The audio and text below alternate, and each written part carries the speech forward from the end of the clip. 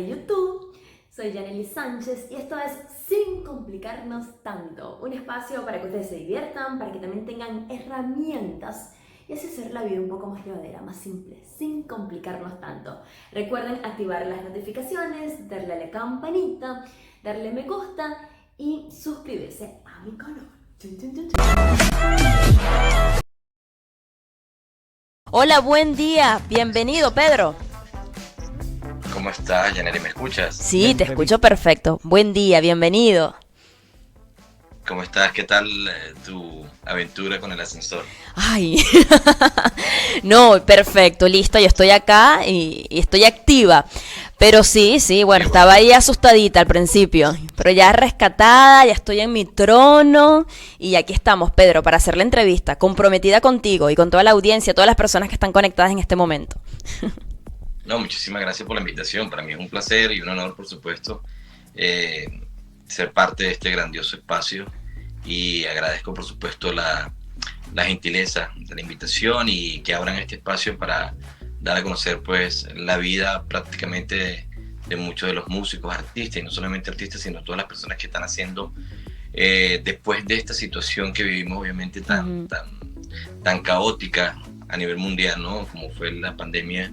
Obviamente mucha gente se reinventó, cambió su vida, cambió sus planes y bueno, estos espacios son sumamente importantes para dar a conocer todos esos proyectos y toda esa vida de las personas que, aunque pareciera que no, por lo menos la parte musical, creo que es de las artes una de las más grandiosas y de las que nos mantuvo conscientes y vivos durante la pandemia, ¿no?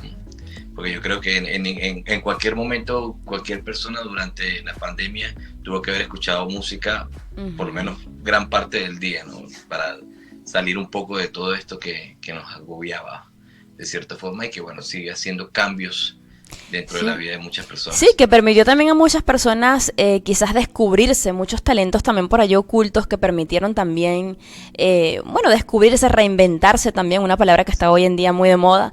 Pero bueno, la idea es poder conversar un poco sobre tu vida, eso que también dices que es importante quizás contar esas historias porque de alguna forma uno también vive de eso, de inspiración, inspirando también a otros.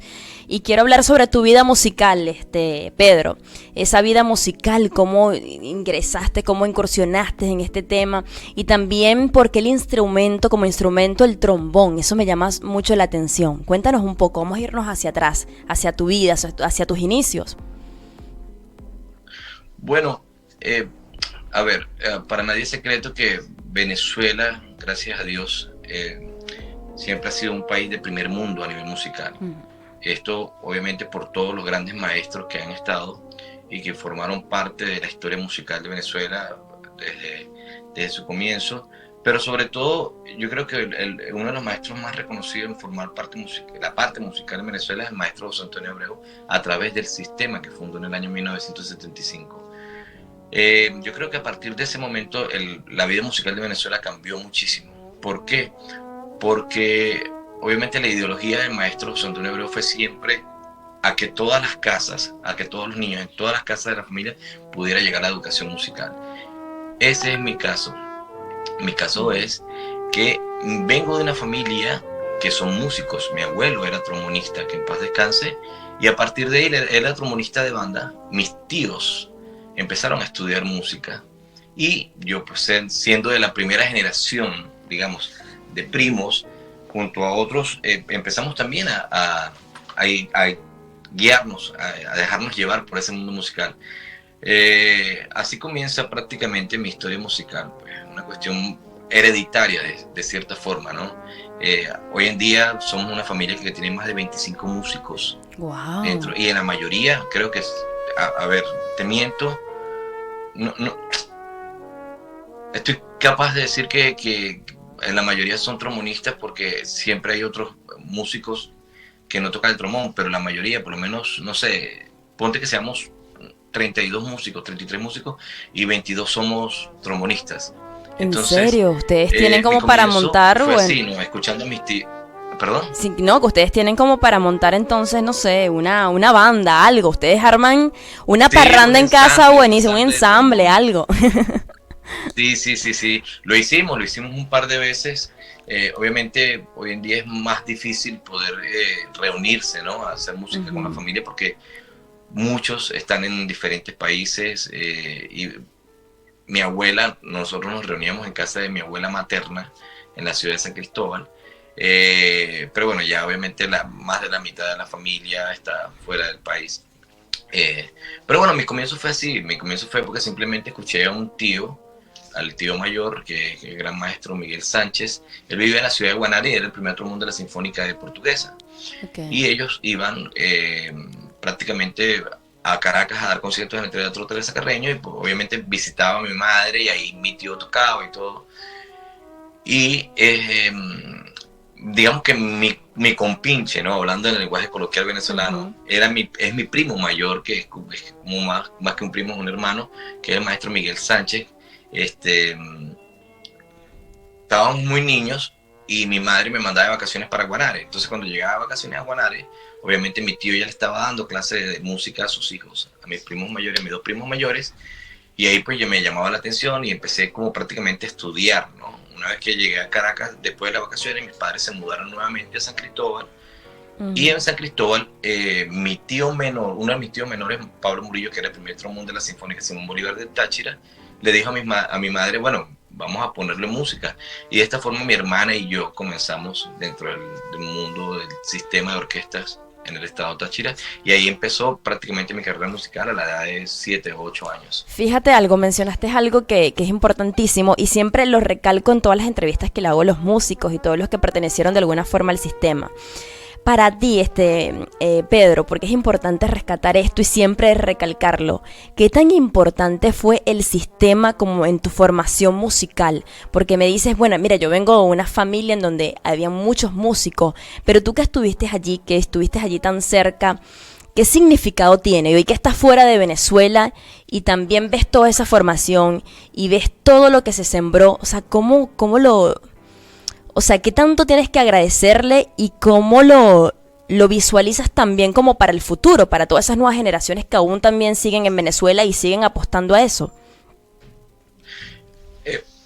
Mira, indiscutiblemente agradecimiento es una palabra que se queda corta en lo que yo tengo que hablar sobre el sistema, ¿no? Prácticamente el sistema formó toda mi vida musical. Desde los 7 años que empecé a estudiar música hasta el día de hoy. Es fuerte, obviamente. Yo estoy en la ciudad de Miami simplemente porque vine a visitar a mis hermanos menores y a los 10 días de yo haber llegado acá a Miami, cerraron todo, el aeropuerto, fronteras, todo por el tema de la pandemia. Yo después de acá supuestamente iba a Bucaramanga, a la Universidad de Santander, a dar unas clases en un festival de allá. Y después pasaba a la ciudad de San Cristóbal, donde están mis padres, a tocar en solista, a dar clases y todo. Entonces, imagínate que prácticamente mi vida cambió totalmente, ¿no?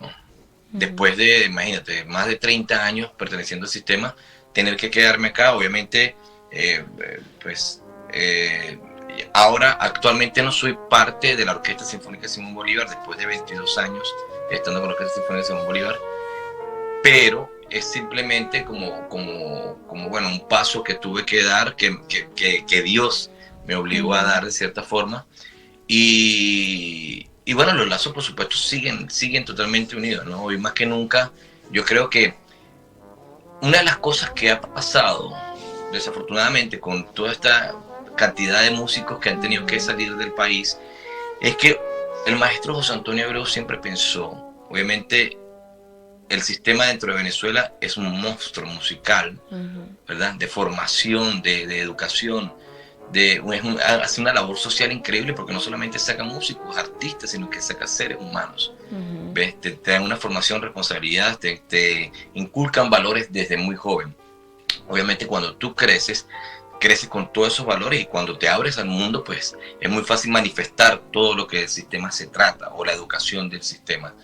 Nosotros, pensando obviamente de la forma más positiva, yo creo que la cantidad de músicos que tuvieron que salir de Venezuela lo que hicieron fue expandir más aún la ideología del maestro José Antonio Abreu. ¿Por qué?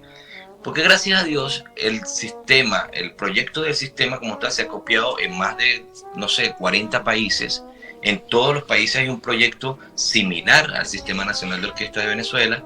Y obviamente cuando tú llegas a algún país y vienes con una carrera ya del sistema, prácticamente te abren los brazos, te dicen, bueno, mira, bienvenido, que nos podrías ayudar, tú eres la persona ideal para que nos puedas decir cómo, de qué forma el trabajo. Obviamente cada país tiene su cultura, su forma de llevar todo este tipo de proyectos, pero bueno, uno va a adaptar más o menos la ideología del maestro José Antonio Abreu a eso. Para mí el sistema lo ha sido todo, prácticamente es mi segunda familia, ¿no? Es mi segunda familia. Te puedo decir que el 60% de mi vida lo he vivido, valga la redundancia, dentro de las giras, de los viajes de la orquesta, ¿okay? Y el otro 40% dentro de mi núcleo familiar. Para mí son las dos cosas más importantes. O sea, la familia engloba al sistema y obviamente a mi familia de sangre, la familia que una magnífica familia que Dios me dio, me regaló. Entonces, pues mira, no es fácil, por supuesto, decir, ¿sabes? Voy a dejar mi zona de confort y todo esto, pero cuando llegas a otro país prácticamente y vienes con el sello del sistema, son muchas las puertas que se te abren. ¿Y cuáles son esas puertas? La importancia que tiene el sistema. Claro, ¿y cuáles son esas puertas que se te han abierto, esos brazos abiertos que te brindó otro país, por lo menos en este caso Estados Unidos, teniendo esa formación del sistema? ¿Cuáles son tus proyectos que estás realizando ahora? Todo ese crecimiento musical que has tenido ahora. Prácticamente, digamos de cierta forma, dentro de la vida del músico obviamente debe haber como un equilibrio. Debe haber un equilibrio entre lo que es tratar de ser un músico versátil, ¿no? Tocar todo tipo. Para el maestro José Antonio, por lo menos el maestro José Antonio Abreu decía que solamente habían dos tipos de música: la bien hecha y la mal hecha, ¿sabes? No había esa separación de que, bueno, tú eres músico académico, tú eres músico popular o músico comercial. No, inclusive el sistema tiene sus orquestas de rock sinfónico, tiene su big band de jazz, tiene su orquesta de música latino-caribeña. Y es muy fácil, obviamente, si vienes de una formación académica, poder explorar dentro del mundo comercial. Y Miami es una ciudad que se caracteriza mucho por eso. Miami es una ciudad donde hay muchos artistas, donde hay muchos estudios de grabación, donde hay muchos shows. Y obviamente cuando llegas hay una conexión grande con los músicos, no solamente venezolanos, sino también muchos músicos colombianos, muchos músicos cubanos, muchos músicos boricuas, puertorriqueños que están acá. Y ser parte del sistema, obviamente la Orquesta Sinfónica Simón Bolívar ha sido una orquesta reconocida por gran parte de los músicos a nivel mundial y la formación también de esa. Entonces, ya al ser parte del sistema me abrió las puertas acá en el hecho de que, bueno, digan, mira, Pedro Carrero está aquí, ¿entiendes? Entonces ese tipo de cosas pues empiezan a buscar, a llamarme y decirme, mira, puedes grabar esto, puedes hacer aquello, puedes tocar esto. Actualmente, por lo menos, hace 2 días tuve un concierto de invitado con la orquesta de estudiantes del FIU, ¿verdad? Y hoy toco un concierto con la Miami Symphony. Entonces son puertas que se van abriendo, por supuesto, dentro del mundo académico y dentro del mundo comercial, pues vas conociendo más personas, vas experimentando más y vas afianzando las bases musicales de la música comercial. Pues para mí, obviamente, estar acá y poder tocar con grandes artistas, hacer grabaciones, es algo que me nutre musicalmente. Porque hay que decir que Pedro Carrero, la persona a la que estamos entrevistando en este momento, ha participado en conciertos como Gilberto Santa Rosa, también has participado en conciertos de Servando y Florentino, también de Desorden Público, o sea que te ha dado la oportunidad también como para estar muy cerca de grandes artistas también y de también un poco crecer en ese ámbito profesional, en ese ámbito musical, Pedro. Sí, claro, como te digo, a ver, soy venezolano, soy latino y obviamente a quien no le gusta un Oscar de León o por lo menos en mi caso, me encanta el ska, me encanta el funk. Crecí escuchando Desorden Público, por supuesto, e inclusive esto es una historia que a veces la cuento y las personas no la creen, pero para un cumpleaños, para un cumpleaños que tuve, el maestro José Antonio me regaló el disco El Plomo Revienta de Desorden Público, imagínate. ¿En serio? ¿Entiendes? Sí, entonces claro, obviamente he crecido con la música de Desorden y tuve la oportunidad de tocar un par de veces con ellos en Venezuela y he tenido la oportunidad de tocar con Horacio acá. Entonces, poder tocar con artistas con los que tú creciste dentro del mundo musical, porque obviamente cuando tenía 14, 15 años, estaba más enfocado en mi parte académica, pero ¿quién no creció escuchando Llorarás en su casa o tantas canciones famosas de Oscar de León o inclusive de Villos o toda esta música? Nosotros somos muy guapacheros, ¿no? Nosotros siempre tenemos, y en casa de músico, imagínate, la música no puede faltar.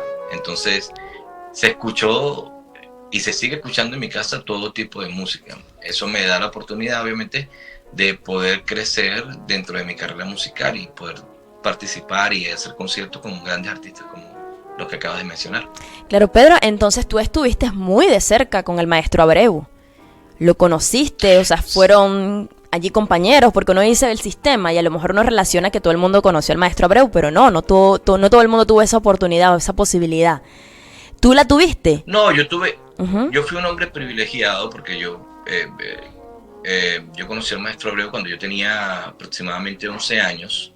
Wow. Él fue para un concierto de una orquesta que se hizo en San Cristóbal entre Colombia y Venezuela, y él fue a escuchar ese concierto y a partir de ahí pues tuve la oportunidad de conocerlo y me hizo la invitación junto a mi hermana Mayerlin para que perteneciéramos a la primera selección de la Orquesta Nacional Infantil de Venezuela, que fue del año 94.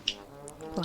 A partir de ahí, prácticamente, digamos, tuve un contacto mucho más directo con el maestro Abreu, con la Orquesta Nacional Infantil, y después él me empezó a hacer invitaciones a Caracas para tocar de solista con la Orquesta Sinfónica Simón Bolívar, a tocar de solista con la Orquesta Sinfónica de Lara, de coro, y cada vez que iba algún maestro a Venezuela, él me mandaba a buscar de San Cristóbal para participar en estas masterclass. Tanto fue así que obviamente cuando yo tenía 17 años, el maestro José Antonio Abreu me dice, bueno, ya terminaste tu bachillerato, quiero que te vengas para Caracas a que toques con la Orquesta Sinfónica Simón Bolívar. Wow. Entonces me fui siendo menor de edad y digamos legalmente mi padre tutor, mi tutor legalmente fue el maestro José Antonio Abreu por un año hasta que cumplí los 18. Luego después sigo en contacto, por supuesto, y aprendí muchísimas cosas de él. Él me enseñó no solamente en la parte musical, sino muchas cosas de diplomacia, me enseñó muchas cosas de cómo llevar a la persona y sobre todo cómo tratar de entender la situación de muchas personas, de cómo había que hacer las cosas, de ser una buena persona, un buen samaritano, ¿sabes? Claro. Esas cosas las podía aprender de él, no porque él me las dijera, sino porque tuve mucho contacto con él y lo acompañaba en muchas reuniones, en embajadas o este tipo de cosas, y él me decía, inclusive tengo una anécdota porque una vez, cuando yo tenía como 19 años, él, como yo soy de San Cristóbal, él decía que yo era colombiano, ¿entiendes? Entonces siempre me echaba broma con esto y él me decía, cada vez que vaya a Colombia voy a necesitar un traductor y te voy a llevar a ti. ¿Ves? Entonces a él le encantaba el café, y yo siempre le llevaba café de San Cristóbal cuando iba a Caracas, y el pan andino por supuesto lo mataba, a él le encantaba. Y recuerdo que una vez me dice, acompáñame que tengo una reunión en la Embajada de España. Llegamos a la Embajada de España, yo por supuesto detrás de él, y llegan dos personas y le dicen, maestro Abreu, ¿cómo está? Somos de la Universidad Javeriana de Colombia, queremos hacer un proyecto con usted, con la orquesta, con el sistema. Y dice, magnífico. Bueno, aquí les presento a Pedro Carrero, él es trombonista de la Orquesta Sinfónica Simón Bolívar. Todos pueden hablarlo con él y obviamente él me va a dar proyecto a mí. Se podrá imaginar que yo me quedé y me sentó a hablar con obviamente dos personas sobre algo, sobre un proyecto entre Colombia y Venezuela en la universidad. Entonces, todo este tipo de cosas, el maestro José Antonio pues te daba la oportunidad para que tú te desarrollaras en muchos sentidos. Así que sí, mi conexión con el maestro José Antonio fue directa, muy, muy grande, y prácticamente yo creo que no solamente para mí, para muchos músicos de Venezuela, el maestro José Antonio fue un padre y siempre va a ser nuestro padre, ¿no? Uh-huh. Así que la conexión fue bastante directa. Pedro, ¿y tú crees que estás siendo buen hijo con toda esa enseñanza, no solamente musical? Porque fíjate que también dices algo que es muy humano, ¿no? O sea, esa relación también personal con él, también quizás de ver el mundo de otra forma. La diplomacia, también lo decía, que también te le enseñó de alguna forma. Y quizás no solamente con palabras, sino también con acciones. Cuando uno está en ese momento de crecimiento, uno siempre tiene personas que le inspiran. Y a lo mejor esa era una de tus inspiraciones. ¿Crees que has sido y estás siendo buen hijo en este momento? Yo espero que sí, yo espero que sí, obviamente. No, nunca lo voy a olvidar y obviamente siempre, mira, hay muchas cosas que antes de tomar la decisión de cómo hacerlas, lo primero que hago es, ¿cómo lo haría el maestro José Antonio Abreu? A ver, ¿en qué pensaría? El maestro siempre fue una persona demasiado futurista. Incluso lo tildaron de loco por querer tener 1 millón de niños estudiando música sin tener que pagarlo en una escuela privada o en una academia privada, ¿no? Y lo logró. Y lo logró en un paso de, obviamente, prácticamente su vida. Pero yo creo que aprendí tanto de él y siempre fue como mi patrón a seguir.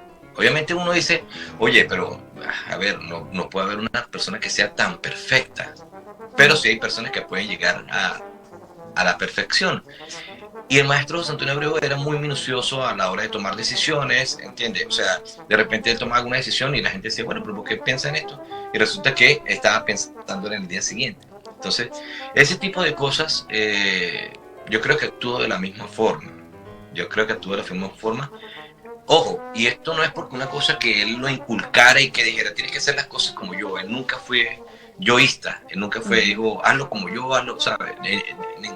Pero bueno, nada, son cosas que él las hacía tan bien que uno mismo decía, hey, yo tengo que hacer eso, ¿ves?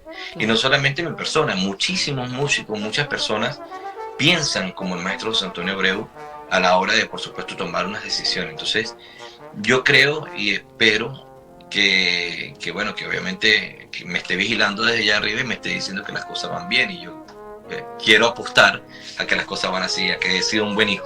Bueno, vamos a hablar ahora sobre esas cosas que estás por allí cocinando, que estás realizando, esos nuevos proyectos para que sigas siendo un buen hijo a nivel musical, a nivel personal. Cuéntanos un poco, proyectos que estás haciendo en este momento. Cuéntanos también si tienes un canal de YouTube por donde las personas te puedan seguir, tus cuentas en Instagram también, como para que vean todo tu trabajo, todo lo que estás realizando. Los micrófonos son tuyos.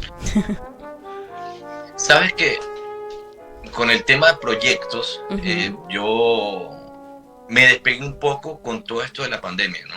Porque obviamente el mundo giró de una forma tan fuerte que muchos proyectos se vinieron al piso. Yo tenía una agenda ya para hacer unos viajes a Europa con el European Brass Ensemble, hacer una gira, tocar de solista, dar clases, y todo eso se cayó prácticamente durante todo el año de la pandemia, ¿no?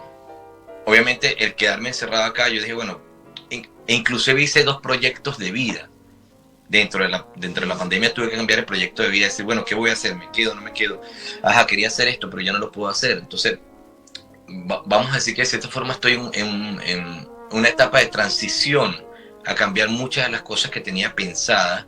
Entonces, hablar de un proyecto como tal, así, concreto, mira, me atrevo a decir ahorita que no, porque no sabemos qué puede pasar mañana. Me parece muy bien, pero hay que vivir el hoy. Me parece muy bien, eso también sí, nos cambió la percepción que tenemos de las cosas y de la vida. Sí, e inclusive, mira, muchas cosas en la cabeza, ¿no? Obviamente tengo pensado grabar mi disco, aunque ya tuve la oportunidad de grabar un disco con el maestro Christian Lindberg y la Orquesta Sinfónica Simón Bolívar como solista. Se hizo el concierto Ecos de la Eternidad, un concierto para 2 trombones que dirigió el maestro Lindberg, y bueno, tuve la oportunidad, gracias al maestro Lindberg, para los trombonistas como el Michael Jackson, ¿sabes? Okay. Una persona que tiene demasiada carrera, el virtuosismo del maestro ha sido increíble, y obviamente hoy en día es director de orquesta, compositor, y sigue siendo solista y pedagogo. Tuve la oportunidad de grabar ese disco con él, pero sí estoy pensando en mi disco solista. Obviamente es un paso muy grande, porque sacar tu primer disco, decir, bueno, qué va a ser el primer disco, o sea, cómo va a ser mi primer disco, ¿ves?